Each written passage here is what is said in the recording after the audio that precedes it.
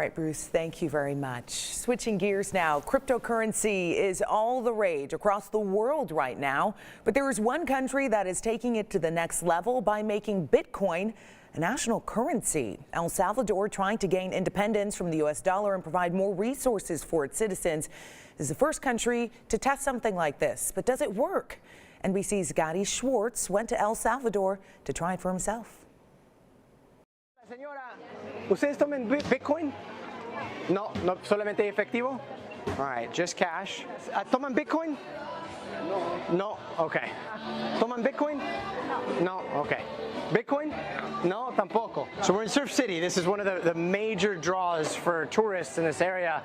So far, every single store that we've asked, no one's accepting Bitcoin. It's been 7 months since the president of El Salvador, Nayib Bukele, declared Bitcoin as legal tender. It's the evolution of humankind. So we're going there. But so far, the first country to adopt Bitcoin as currency has seen confusion, glitchy transactions, and fluctuating prices that have left most Salvadorans slow to adopt. As foreign investors watch the president declare a state of emergency due to gang violence while facing questions over human rights. But here, the president continues to use Bitcoin as a rallying cry against dependence on the dollar. Solo lo pongo aquí, so just put it in the cash. See, we're going to put in $200. Across the country, Bitcoin ATMs convert greenbacks into digital currency. Hey, we finally got our money 2.5 hours later, $199.01. Not sure where the 99 cents went, but money's on our phone. A survey shows only 14% of businesses have made sales accepting Bitcoin.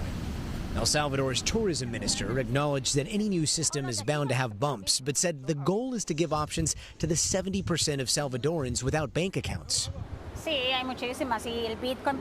been the vision of President Bukele, she says, that opens the door for those that don't have access to banks.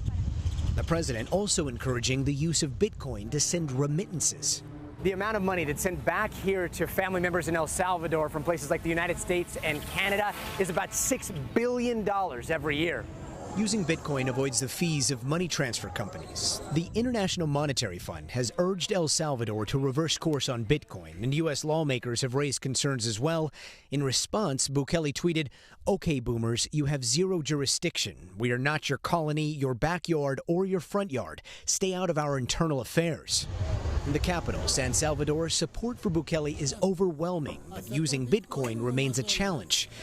At this grocery store, we held up a line for 10 minutes as the cashier waited for our payment to clear. They said that the transaction was declined, but on my Bitcoin wallet, it showed that it had gone through.